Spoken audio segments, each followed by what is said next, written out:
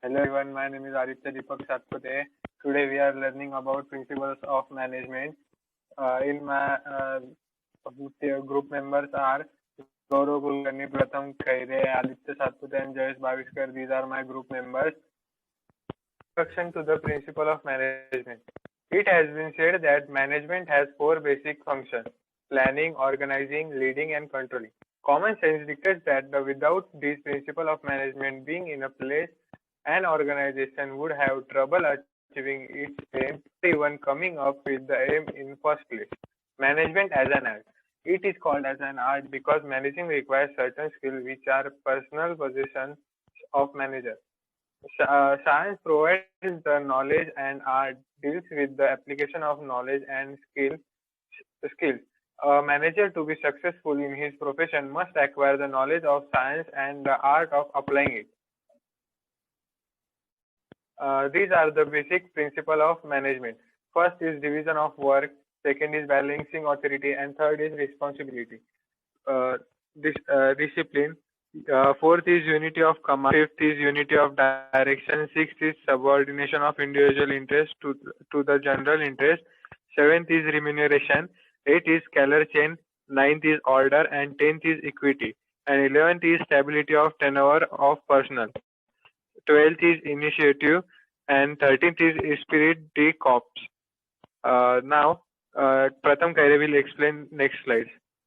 First, division of work. The principle of management is based on the theory that if workers are given a specialized task to do, they will become skillful and more efficient in it than if they had a broader range of tasks.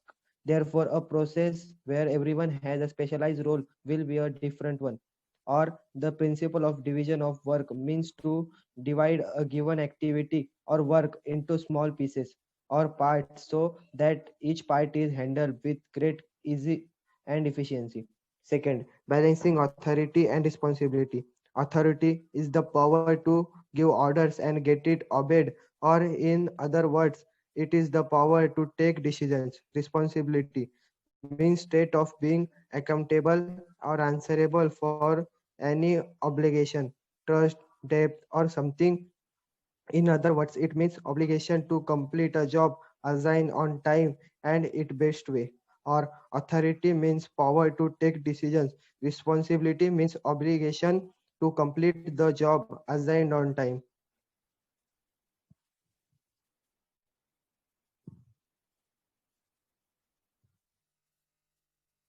Third, discipline. Discipline is essential for any successful work performance.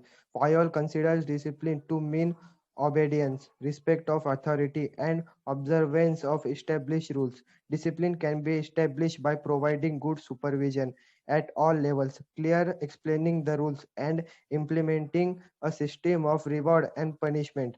A manager can present a good example to his subordinates by disciplining himself. For example, if the employees break their promise of working up to their full capacity, it will amount to the violation of obedience. Similarly, a sales manager has the authority to do business on credit. But in case he allows this facility not to go general customers but only to his relatives and friends, then it will amount to ignoring his respect to the authority. Fourth, unity of command. According to the principle of unity of command, an individual employee should receive orders from only one supervisor at a time, and that employee should be answerable only to that supervisor. If there are many superiors giving orders to the same employee, he will not to be able to decide as to which order is to be given priority. He thus find himself it is confused situation. Such a situation adversely affect the efficiency of the subordinates. On the other hand, when there are many superiors, every superior would like to his orders to be given priority. This ego problem creates a possibility of clash. Consequently, their own efficiency is likely to be affected. Fifth, unity of direction. Unity of direction means that there should be one head for one plan for a group of activities having the same objective. In other words, there should be one plan of action for a given of activities having the same objective, and there should be one manager to control them. For example, suppose an automobile company is manufacturing two products, namely scooters and cars, hence having two divisions. As each product has its own markets and problems, therefore each division must have its own targets. Now each division must plan its target as per its environmental condition to get better result. It is necessary to distinguish between the meaning of the unity of command and the unity of direction. Next slide will be explained Jayesh Bhaviskar. 6. Subordination of individual interests to the general interest. These principles can be named priority to general interest over individual interest. According to this principle, the general interest or the interest of the organization is above everything. If one is asked to place individual interest and the general interest in the order of priority, definitely the general interest will be placed at the first place. For example, if a manager takes some decision which harms him personally, but in a great profit to the company, he should certainly give priority to the interest of the company and take the decision accordingly. On the contrary,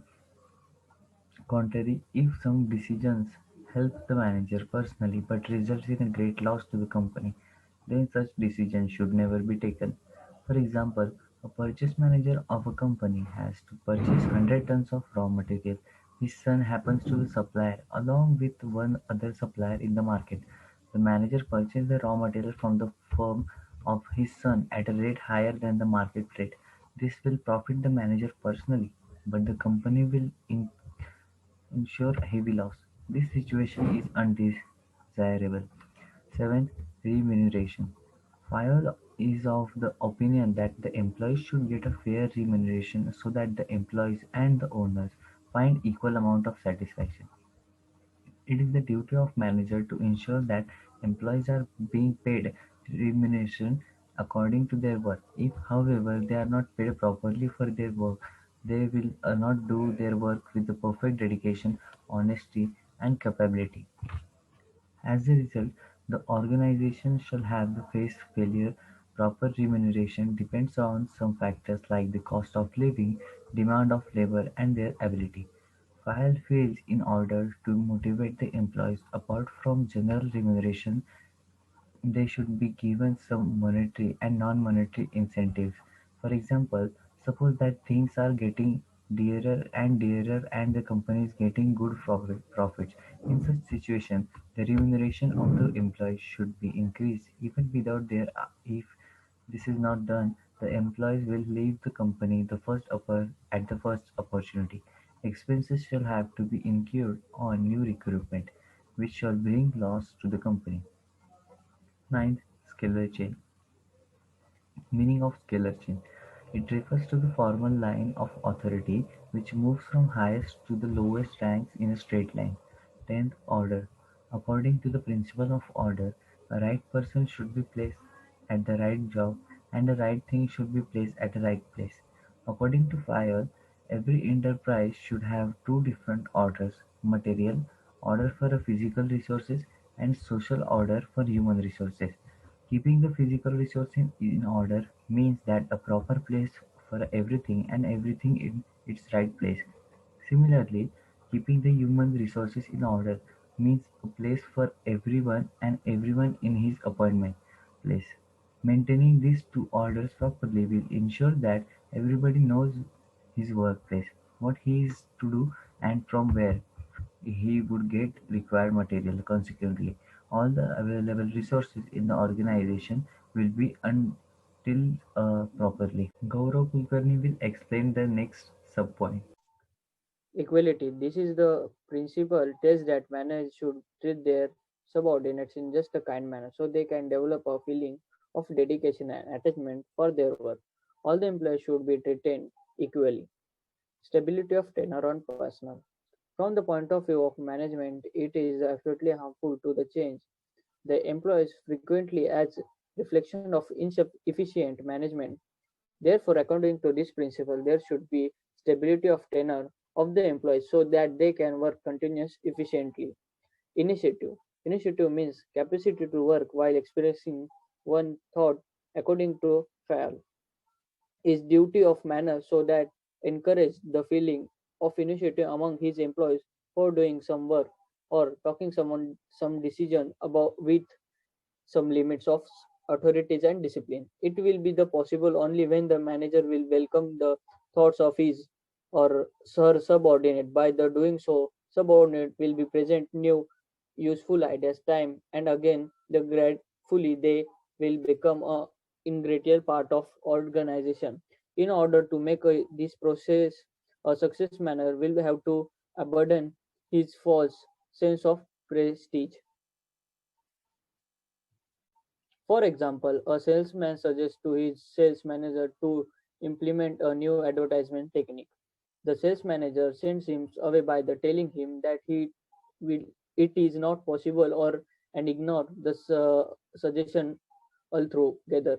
In a such situation, the salesman who has been admonished and belittled will never venture to offer any suggestion in future because of his desire of talking initiative has been suppressed. On contrary, if suggestion had been listened to carefully, even through not be implemented, he could have to be taken courage of to offer some suggest in future. Such an action would simply have to encourage his initiative. Spirit the crop. As per the principle, a manager should be continuously makes effort to develop a team spirits again among the subordinates. To do his or she should use to work wish instead of during the conversation with the subordinates.